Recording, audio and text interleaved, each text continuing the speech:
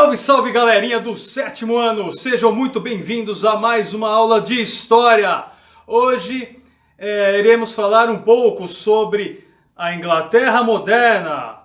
Beleza? Olha, é um conteúdo um tanto extenso, então, portanto, irei dividir esse assunto em duas partes, tá ok?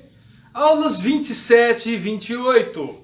Vocês se lembram da Guerra das Rosas? A Guerra das Duas Rosas, né?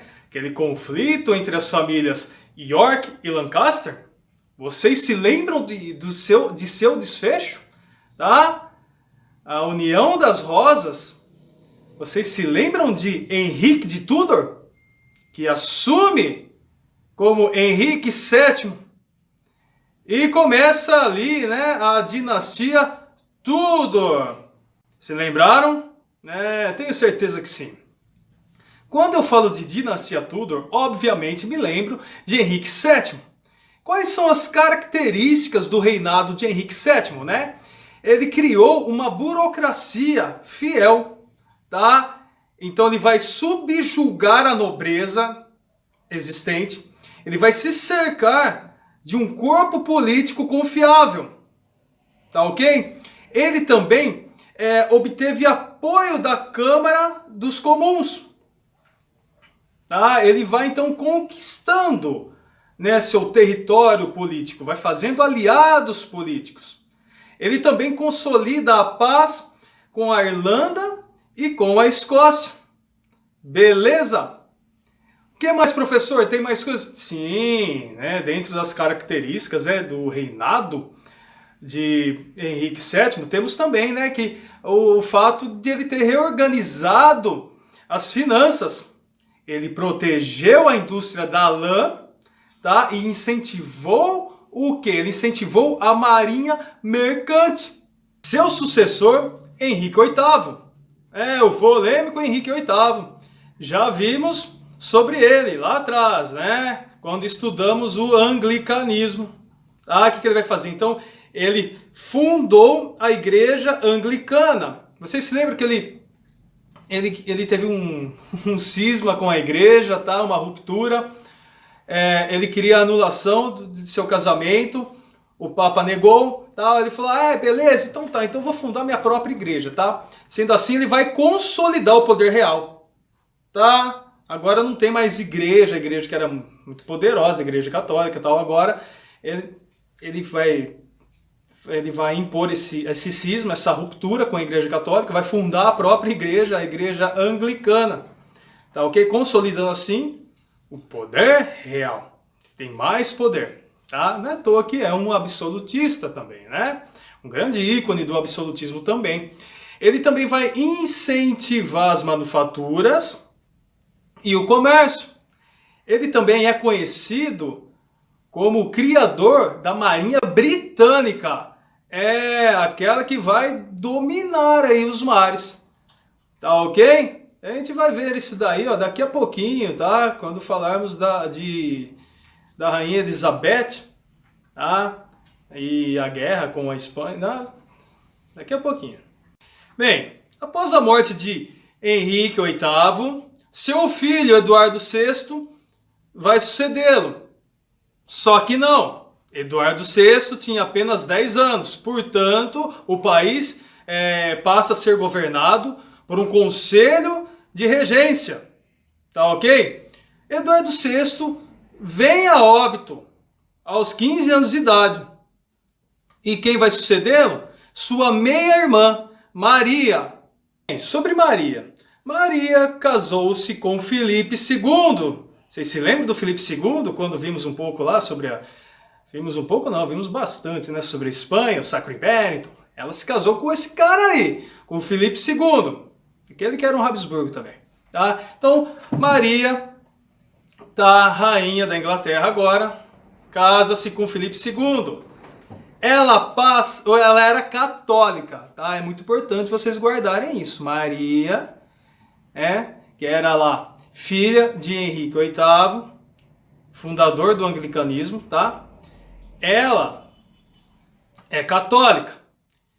Após casar-se com Filipe II, ela passa o quê? A perseguir anglicanos e calvinistas, tá?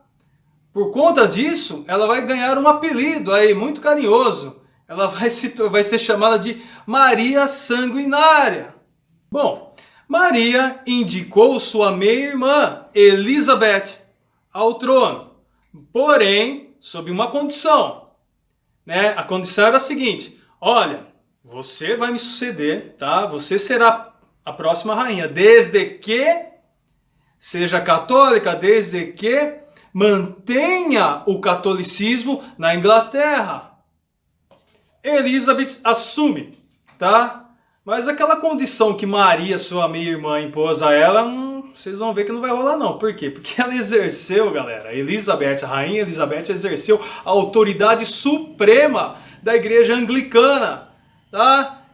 Exatamente, nada de catolicismo não, da igreja anglicana na veia, na mente, tá? O que vai gerar oposição, tá? Ela exercendo essa autoridade suprema da igreja anglicana vai gerar oposição dos católicos e dos calvinistas, tá? Ela também restabeleceu o ato de supremacia, tá?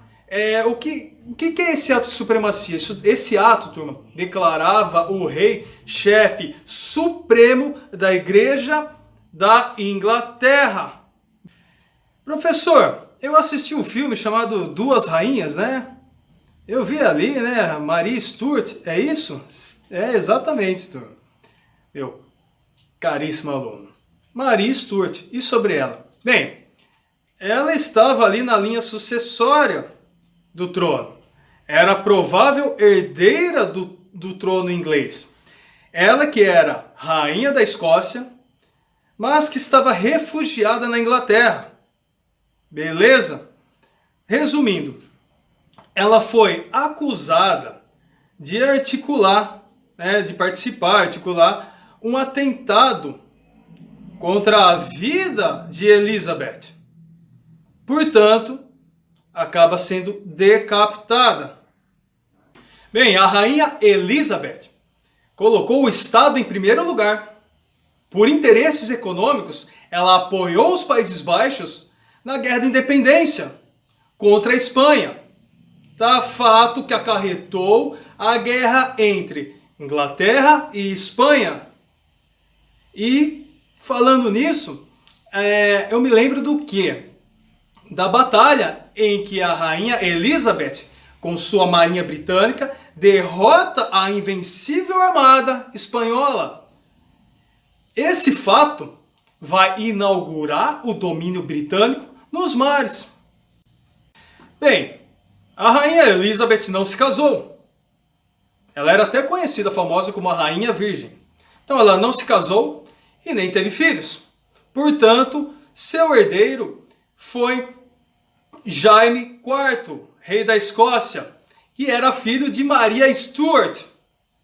Tá ok? Quando ele assume o trono inglês, ele se torna Jaime I. Para tudo. Calma. Galera, para essa aula não ficar muito exaustiva, o que eu fiz? Um cisma. Você se lembra o que é cisma? Uma ruptura, tá? Então eu cortei. Eu peguei toda a aula e dividi. Então, até aqui mais ou menos, Elizabeth, né? A rainha Elizabeth, tal, até antes de entrarmos na dinastia Stuart, eu deixei ali parte 1, tá? E o próximo vídeo, a próxima aula que eu irei postar, é a continuação dessa aula, que virá com o nome de Inglaterra Moderna, parte 2, tá? Então, para não ficar muito exaustivo, tá? Eu sei, é muita informação, são muitos nomes. Então eu optei, a aula está, né, eu dei a aula toda, já está toda pronta, porém,